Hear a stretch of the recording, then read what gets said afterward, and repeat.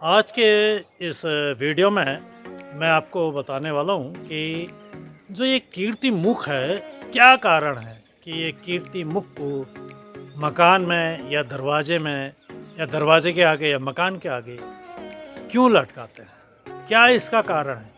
क्यों कीर्ति मुख को घर के बाहर या घर में लटकाने के लिए स्थान दिया गया है? तो बातें होंगी आज इस वीडियो में कीर्ति मुख की।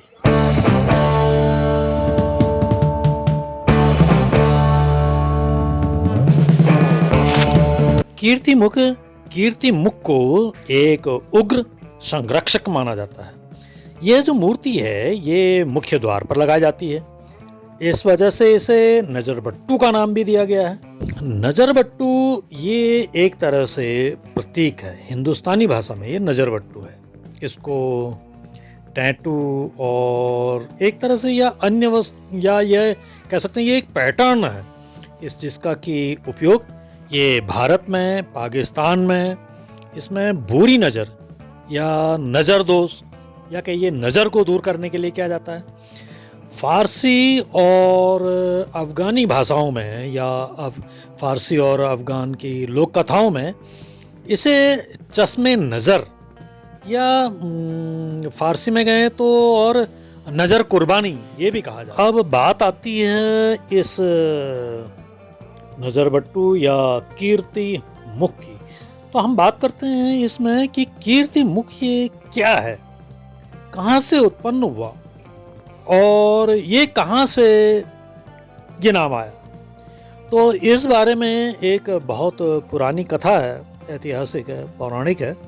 तो उस पौराणिक कथा के अनुसार अगर हम बात करें तो वो ये है कि जालंधर नाम का एक दैत्य हुआ करता था और इस जालंधर दैत्य ने ब्रह्मा जी को अपने तपस्या से प्रसन्न किया और बहुत एक असीम बल प्राप्त कर लिया। अब इस असीम बल के बदौलत जालंधर ने देवताओं को भी पराजित कर स्वर्ग पे अपना अधिकार जमा लिया, जिससे इसे जालंधर को बहुत घमंड हो गया और अब वह अपने समान किसी को भी नहीं समझने लगा, अर्थात सभी को अपने से छोटा समझने लगा, तुच्छ समझने लगा। और इसी घमंड के कारण वह नीति अनीति सब कुछ भुला बैठा। हद तो तब ही जब उसने अपने दूत के द्वारा भगवान शिव को पार्वती को अपने हवाले करने का संदेश भेजा। जालंधर का दूत गया भगवान शिव के पास और कहने लगा कि भाई पार्वती को तुम जालंधर के हवाले करो।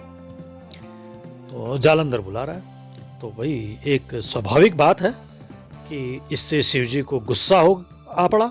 शिव जी भयंकर रूप से गुस्सा हो पड़े और उन्होंने अपना तीसरा नेत्र खोल दिया। और अब आप जानते ही हैं जब शिव जी का तीसरा नेत्र खुल जाए, तो जब तीसरा नेत्र खुला तो उससे भीषण तेज की एक ज्वाला निकली, जिससे इससे एक भयंकर दानव की उत्पत्ति हुई। और जो ये भयंकर दानव उत्पन्न हुआ, उस डरावनी आकृति ने जैसे ही दूत पर आक्रमण किया तो वह तुरंत शिव जी के शरण में चला गया।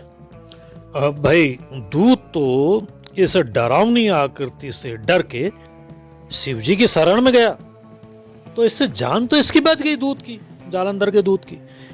पर अब क्या हुआ कि वो दानव की जान पर बन गई।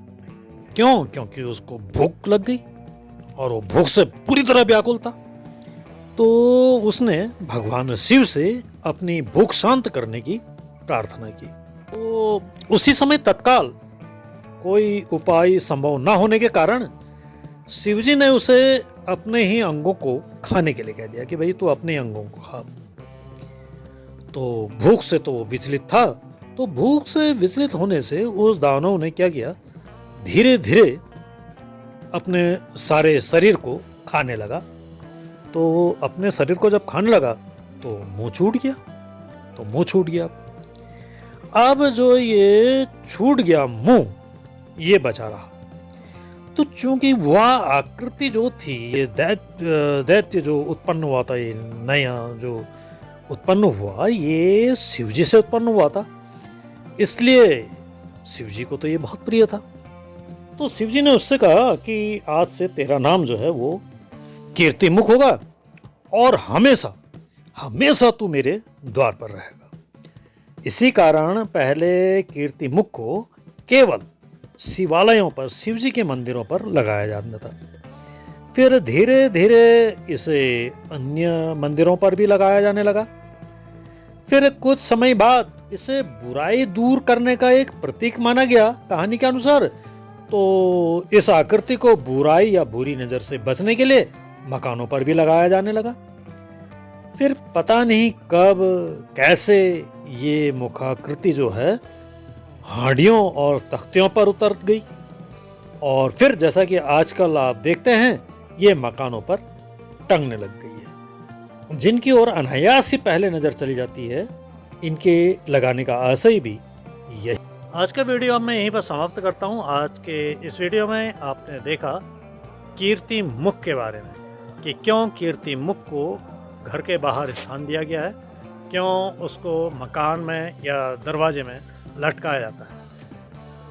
कल को मिलता हूँ आपको अपने दूसरे वीडियो में। तब तक के लिए आपको गजेंद्र सिंह डसीला का प्यार भरा नमस्कार।